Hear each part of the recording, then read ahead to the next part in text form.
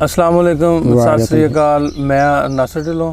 पंजाबी लहर की टीम जिवें तुहानूं पता पंजाब दे बल्कि पाकिस्तान के ਵੱਖ-ਵੱਖ ਥਾਵਾਂ ਤੇ जा के उन्होंने लोगों को मिल के जिन्हें 1947 की वंड वेखी हालात वेखे उन्होंने छाती पाई दी है कि उदों की हालात बने या उस तो पहलों दी सांझां ते गल करी दी है। पहलों सांझ किवें सी, मुसलमान सिख मजहबी या हिंदू किवें वसदे सी इक्को थां ते इक्को जगह ते। उहदे विच पहलों दी सांझां या जिहड़ियां फिर नफरतां पै गईयां 47 दे वेले ਉਹਦੀ की वजह सी, क्यों इस तरह हो गया, क्यों नफरतां फैलियां, उन्हां दे पिछे की मुहरकात सन। उस तो बाद आपां ये भी जे गल कर लीए तो ये आने वाली नस्ल वास्ते भी वीडियोज़ जिहड़ियां साँभ के रखी दियां कि उन्हां बजुर्गों ने कितनियां कुर्बानियां दित्तियां, ना लोगों ने किवें अपने हसदे वास्ते घर छड्डे, किवें पाकिस्तान बनया। सो इन्हां सारियां सारे मौजूआत ते सारियां जब मुद्दों ते आपां झाती पाई दी है तो गल करी दी है। सो अज इस तरह का एक प्रोग्राम, इस तरह का एक मुद्दा लैके हाज़र होया रसियाणा पिंड समुंदरी दे विच। ये बजुर्ग ने नवाबदीन ते उन्हां दे भतीजा अनवारो लख ते उन्हां दे भतीजा जी ये आए ने कांगड़ कोठी जिला हुशियारपुर तो उठ के तहसील शंकर गढ़ शंकर तहसील गढ़ शंकर उतों उठ के आए ने। तो आप इन्हां नाल गलबात करते हैं तो पुछते हैं इन्हां दी कहानी, इन्हां दी ज़बानी। अस्सलाम वालेकुम।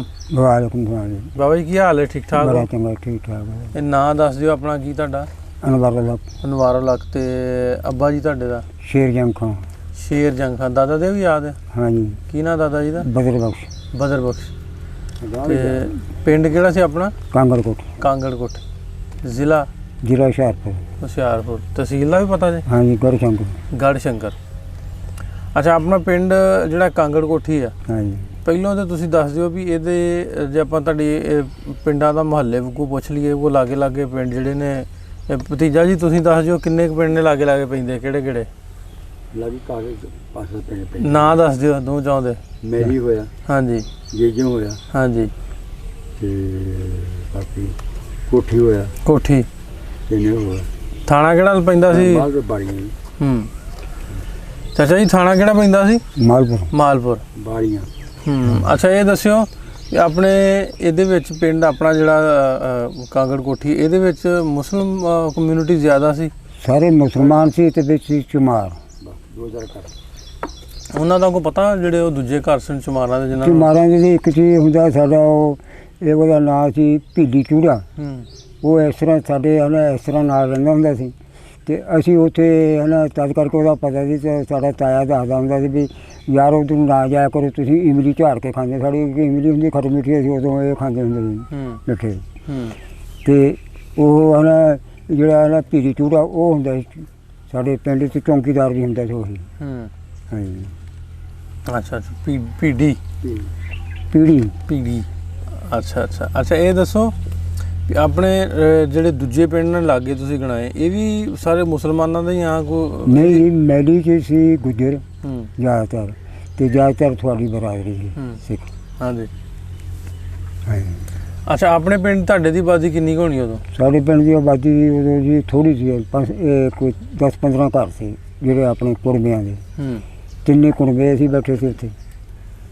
15 ਘਰ ਤੁਹਾਡੇ ਹੋ ਗਏ? ਹਾਂ, ਤਕਰੀਬਨ। ਹਾਂ। ਤੇ ਉਹਨਾਂ ਦੇ ਦੂਜਿਆਂ ਦੇ? ਉਹਨਾਂ ਦੇ ਵੀ ਇੰਨੇ ਕੋਈ ਹੋ ਗਏ 10-12 ਘਰ। ਅੱਛਾ, ਤੁਹਾਡੇ ਪਿੰਡ ਵਾਲੇ ਜਿਹੜੇ ਆ ਤੁਹਾਡੀ ਬਰਾਦਰੀ ਇੱਧਰ ਕਿੱਥੇ ਆ ਕੇ ਬੈਠੇ? ਸਾਰੇ ਇੱਧਰ ਬੈਠੇ ਆ। ਕੁਛ ਅਸੀਂ ਇੱਥੇ ਬਹਿ ਗਏ ਆ, ਹਾਂਜੀ, ਤੇ ਕੁਛ ਅਸੀਂ ਜੋ ਚਿਸ਼ਤੀਆਂ ਮੰਡੀ ਆ ਨਾ 2 ਚੱਕ, ਹਾਂਜੀ, ਉੱਥੇ ਬਹਿ ਗਏ ਆ। ਕੋਈ ਘਰ ਕਿਤੇ ਬਹਿ ਗਿਆ, ਕੋਈ ਕਿਤੇ ਬਹਿ ਗਿਆ। ਇੱਥੇ ਕਿੰਨੇ ਘਰ ਆਏ? ਇੱਥੇ ਆ ਗਏ ਆ ਜੀ ਹੁਣ ਅਸੀਂ 15-16 ਘਰ। ਭਾਈ ਖਾਨ ਬਹਾਦਰ ਆਪਣੇ ਉਹ ਜਿਹੜੇ ਤੁਹਾਡੇ ਪਿੰਡ ਵਾਲੇ ਨੰਬਰਦਾਰ ਸਾਹਿਬ ਉਹ ਕਿੱਧਰ ਬੈਠੇ ਆ ਕੇ? ਉਹ ਬੈਠੇ ਭੁੱਖਪੁਰੇ।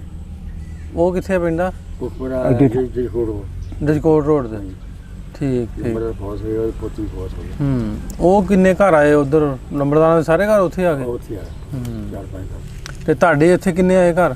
ਸਾਡੇ ਜੀ ਪਹਿਲੇ 5-6 ਘਰ ਸੀ ਗਾਂ, ਸਾਡੇ 3-4 ਬਣ ਗਏ 17 ਸਾਲਾਂ ਚ। ਪਾਕਿਸਤਾਨ ਬਣੀ 70 ਸਾਲ ਹੋ ਗਏ। ਹਾਂਜੀ। ਹੁਣ ਸਾਡੇ 16-17 ਘਰ ਬਣ ਗਏ। 9-10 ਘਰ ਆਏ। 9-10 ਘਰ ਉਦੋਂ ਆਏ।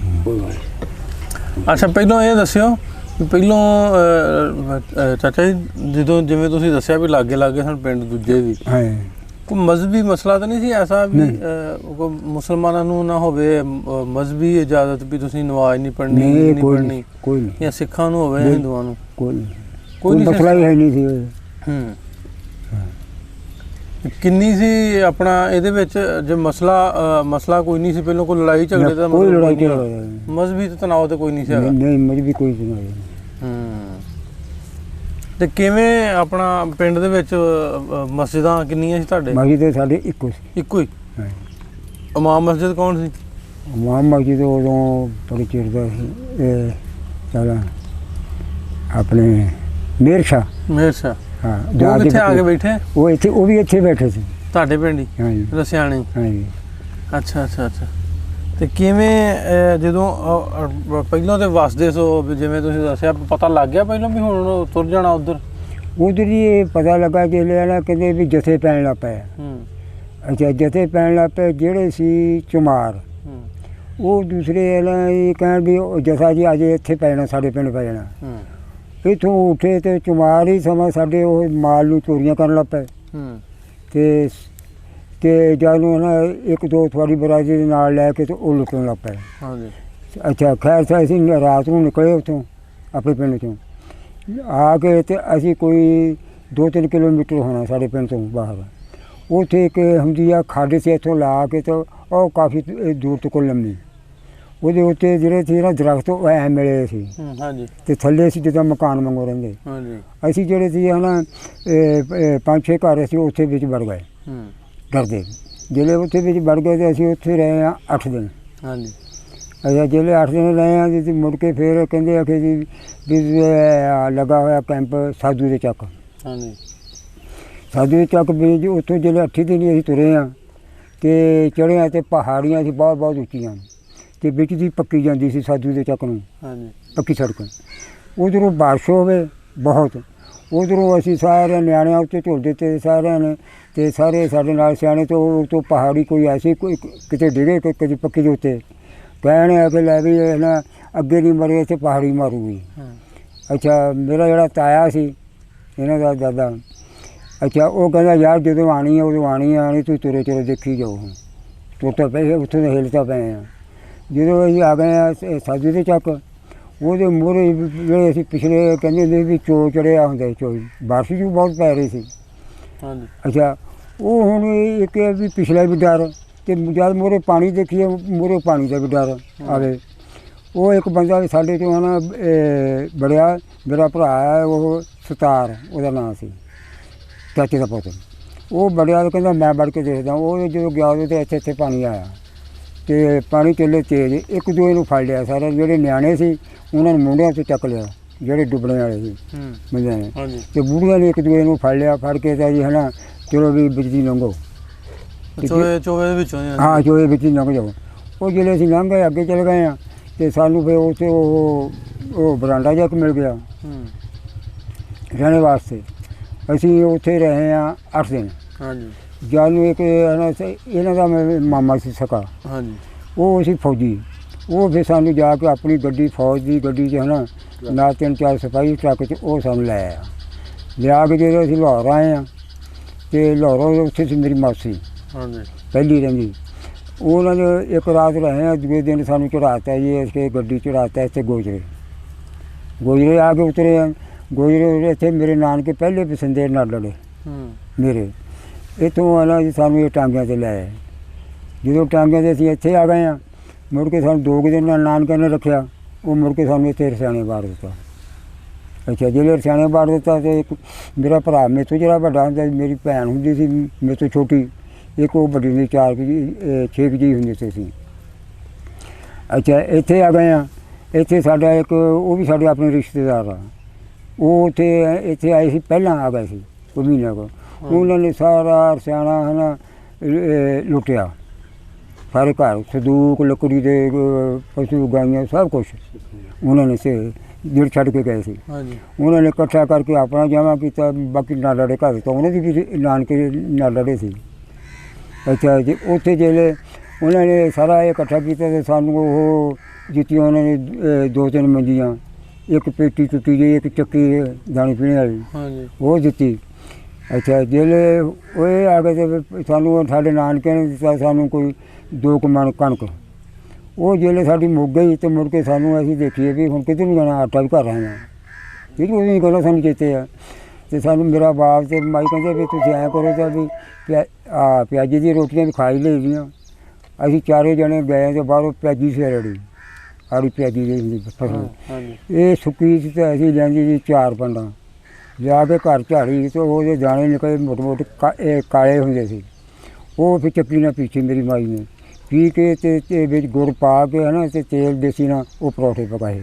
ਉਹ ਫਿਰ ਅਸੀਂ 2-3 ਦਿਨ ਖਾਂਦੇ ਰਹੇ ਤੇ ਉਹ 2-3 ਦਿਨ ਖਾਂਦੇ ਰਹੇ। ਫਿਰ ਸਾਡੇ ਮਾਈ ਗਈ ਨਾਨਕ ਵੀ ਤੁਹਾਨੂੰ ਸ਼ਰਮ ਨਹੀਂ ਆਈ ਅਸੀਂ ਪਿਆਜੀ ਖਾ ਰਹੇ ਹਾਂ। ਫਿਰ ਉਹਨਾਂ ਨੇ ਦਾਣੇ ਸਾਨੂੰ ਦਿੱਤੇ ਮਾਮਿਆਂ ਨੇ। ਅੱਛਾ ਹਾਂਜੀ। ਤੇ ਇਹ ਦੱਸੋ ਵੀ ਪਿੱਛੇ ਜੇ ਆਪਾਂ ਗੱਲ ਪਿਛਲੀ ਆਪਾਂ ਕਰਦੇ ਉੱਥੋਂ ਵਾਲੇ ਤੁਹਾਡੇ ਪਿੰਡ ਵਾਲੇ ਵੀ ਜਿਵੇਂ ਤੁਸੀਂ ਦੱਸਦੇ ਸੀ ਪਹਿਲਾਂ ਤੇ ਹਾਲਾਤ ਠੀਕ ਵੀ ਆ, ਮਾਰ ਵੱਢ ਕਤਲ ਗਾਰਤ ਇਹ ਕਿਉਂ ਹੋਈ, ਕੋਈ ਪਤਾ ਇਹਦਾ ਆਈਡੀਆ? ਨਹੀਂ ਇਹ ਕਹਿੰਦੇ ਆਖਿਆ ਨਾ ਵੀ ਵੰਡ ਹੋ ਗਈ। ਸਾਡੇ ਤਾਏ ਦੀ ਵੀ ਗੱਲਾਂ ਕਰਦੇ ਸੀ ਨਾ, ਮੇਰਾ ਬਾਪ ਤਾਇਆ ਚਾਚੇ 3 ਭਰਾ ਇਹ ਗੱਲਾਂ ਕਰਦੇ ਵੀ ਇਹ ਜੀ ਵੰਡ ਕਰ ਦਿੱਤੀ ਆ ਜੀ, ਅੰਗਰੇਜ਼ ਨੇ ਵੰਡ ਕਰ ਦਿੱਤੀ, ਜਿਹੜੇ ਇੱਧਰ ਲਾਤੇ ਆ ਇਹ ਇੱਧਰਲੇ ਪਾਸੇ ਕਰਦੇ ਸੀਗੇ।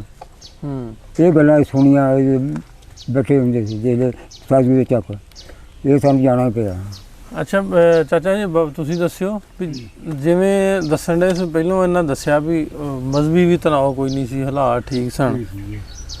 ਇਹਦੇ ਵਿੱਚ ਕੀ ਵਜ੍ਹਾ ਤੁਹਾਨੂੰ ਕੀ ਲੱਗਦਾ ਵੀ ਕਿਉਂ ਇਹ ਐਡਾ ਵੱਡੇ ਇਹਦੇ 10 ਲੱਖ ਲੋਕ ਮਰੇ, ਕਿਉਂ ਨੁਕਸਾਨ ਹੋਇਆ ਇਹਨਾਂ, ਕੀ ਵਜ੍ਹਾ ਹੋ ਸਕਦੀ? ਇਹ ਬੜੇ ਬਾਦਸ਼ਾਹ ਜਿਹੜੇ ਸੀ ਉਹ ਤਾਂ ਨਹਿਰੂ ਸੀ ਤੇ ਇਹਦੇ ਸੇ ਬਾਬਾ ਪੈਜਿਆ ਇਹਨੇ ਵੰਡ ਪਾਈ ਸਾਨੂੰ ਬਸ। ਹਾਂਜੀ ਪਹਿਲੇ ਤੇ ਮੁਸਲਮਾਨ ਅਲੱਗ ਹੋਣੇ ਚਾਹੀਦੇ ਆ। ਹਾਂਜੀ ਤੇ ਸਿੱਖ ਸਰਦਾਰ ਤੇ ਹਿੰਦੂ। ਹਾਂਜੀ ਤੇ ਬਾਦਸ਼ਾਹ ਦੀ ਗੱਲ ਨਹੀਂ ਉਹ ਤਾਂ ਚਲੋ ਹੋ ਗਈਆਂ ਗੱਲਾਂ, ਉਹਨਾਂ ਤੇ ਆਖਿਆ ਵੀ ਉੱਧਰੋਂ ਉੱਧਰ ਚੱਲ ਜਾਓ ਅੱਛੇ ਤਰੀਕੇ ਨਾਲ ਉਹਦੇ ਆ ਜਾ ਸਕਦੇ ਸੀ। ਵੀ ਮੈਂ ਪੁੱਛਦਾ ਵੀ ਇਹਦੇ ਵਿੱਚ ਕੋਈ ਸ਼ਰਾਰਤੀ ਅਨਾਸਰ ਸੀ ਜਾਂ ਕੋਈ ਲਾਲਚ ਸੀ ਲੋਕਾਂ ਨੂੰ ਵੀ ਮਾਲ ਖੋਲਾਂਗੇ ਜਾਂ ਕੋਈ ਮਜ਼ਹਬੀ ਆ ਗਈ ਗੱਲ ਵਿੱਚ? ਇਹ ਵੀ ਮੁਸਲਮਾਨ ਲੈ ਰਿਹਾ ਬਾਬੇ ਦਾ ਸਾਡੇ ਦਾ ਪਹਿਲੇ ਗੱਲ ਤੇ ਸਿੱਖ ਲੈ ਰਿਹਾ ਮੁਲਕ ਸਾਡਾ ਲੈ ਰਿਹਾ ਵਿੱਚ ਨਹੀਂ ਆਉਣਾ ਚਾਹੀਦਾ।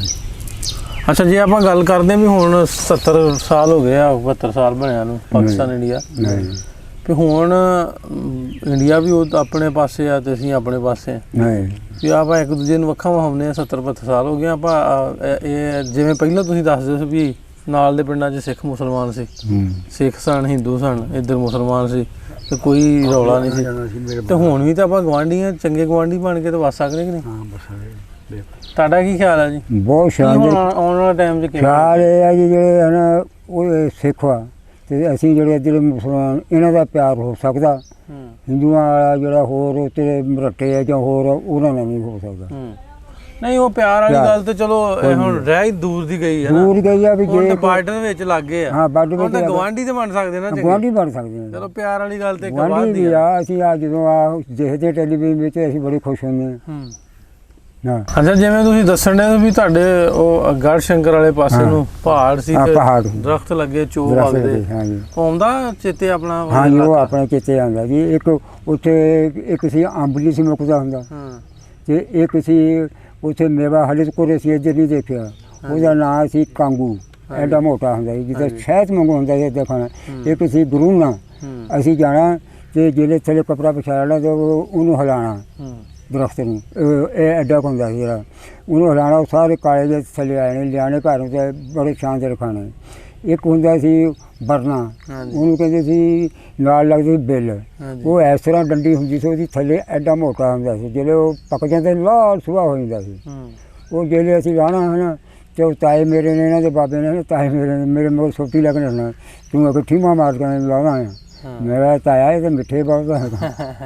ਹਾਂ ਅੱਛਾ ਚਾਚਾ ਜੀ ਜਿਵੇਂ ਦੱਸਦੇ ਵੀ ਉਹ ਆਪਣਾ ਹਰਿਆ ਭਰਿਆ ਸੀ ਏਰੀਆ, ਦਰਖਤ ਪਿੱਛੋਂ ਵਗਦਾ ਸੀ, ਵਧੀਆ ਸੀ ਆਪਣਾ ਵਗਦੀ ਪੈਲੀ, ਉਹ ਵੇਖਣ ਨੂੰ ਦਿਲ ਕਰਦਾ? ਬਿਲਕੁਲ। ਅੱਛਾ ਆਉਂਦਾ ਸੀ ਇੰਚ ਕਦੀ ਐਵੇਂ ਦਾ ਆਪਣਾ ਏਰੀਆ ਸੀ ਉਹ ਫਲਾਣੇ ਉਹ ਸੁੱਤਿਆ ਕਦੇ ਬੰਦੇ ਦੇ ਦੇਣ 'ਚ ਆ ਜਾਏ? ਬਹੁਤ ਦਫਾ ਦੇਨੂ ਰਾਤ ਨੂੰ ਲੱਗੀ ਪਾਸ ਦੇਨੂ ਸਾਡੇ ਦੇਖਦੇ ਰਹਿੰਦੇ ਸਾਡੇ ਦਾਦੇ ਉੱਥੇ ਬੜੇ ਪੜਦਾਦੇ ਉੱਥੇ ਬੜੇ ਪੜਦਾਦੇ ਉੱਥੇ ਬੜੇ ਮੈਨੂੰ 7 ਪੈਸਾ ਸੀ ਮੈਨੂੰ ਨਹੀਂ ਪੜਾ ਤੇ ਮੈਂ 7% ਦੱਸਦਾ। ਦੱਸੋ ਕਿਹੜੇ ਤੁਹਾਡੇ ਪਿੱਛੇ? ਸਾਡੇ ਬਾਪ ਨੇ ਸੀ ਮਨਸੂਰ, ਹਾਂਜੀ ਉਹਦੇ ਬੇਟੇ, ਉਹਦੇ ਬਾਪ ਨੇ ਸੀ ਰਹਿਮਤ ਉਹਨੇ ਬਾਪ ਨਾਲ ਸੀ ਬਜ਼ਰਬਾਸ਼। ਹਾਂਜੀ ਬਜ਼ਰਬਾਸ਼ ਦੇ ਬਾਪ ਨਾਲ ਸੀ ਖੈਰੂ ਖਾਨ। ਹਾਂਜੀ ਖੈਰੂ ਖਾਨ ਦੇ ਬਾਪ ਨਾਲ ਸੀ ਕਿਲਚੇ ਖਾਨ। 8 ਜੀ ਕਿਲਚੇ ਖਾਨ। ਕਿਲਚੇ ਖਾਨ ਦੇ ਬਾਪ ਨਾਲ ਸੀ ਮਿਲਚੇ ਖਾਨ। ਹਿੰਦੂ ਰਾਜਪੂਤ ਸੀ। ਹਿੰਦੂ ਦੇ ਗਾਂ ਫਿਰ ਮੁਸਲਮਾਨ ਰਾਜ ਧਾਰਮਿਕ ਆਇਆ ਨਾ ਕਾਫੀ, ਉਹਨੇ ਪੂਰਾ ਫੇਰਿਆ ਤੁਸੀਂ ਮੁਸਲਮਾਨ ਕੀਤੀ। ਅੱਜ ਤੋਂ 400 ਸਾਲ ਪਹਿਲੇ ਦੀ ਗੱਲ। ਅੱਛਾ, ਦਿਲ ਜੂ ਕਰਦਾ ਪਿੰਡ ਵੇਖਣ ਨੂੰ, ਤੇ ਉਹ ਜਿੱਥੇ ਵੀ ਆਉਂਦਾ ਕਦੀ ਕੋਸ਼ਿਸ਼ ਨਹੀਂ ਕੀਤੀ ਜਾਣ ਦੀ ਉੱਧਰ?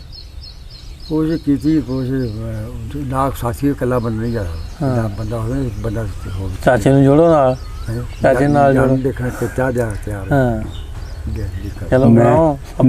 ਮੈਂ ਜੇ ਜਾਣ ਨੂੰ ਤਿਆਰ ਹਾਂ, ਮੈਨੂੰ ਤੇ ਦੇਖਣਾ ਬੜੀ ਆ ਆਪਣੇ।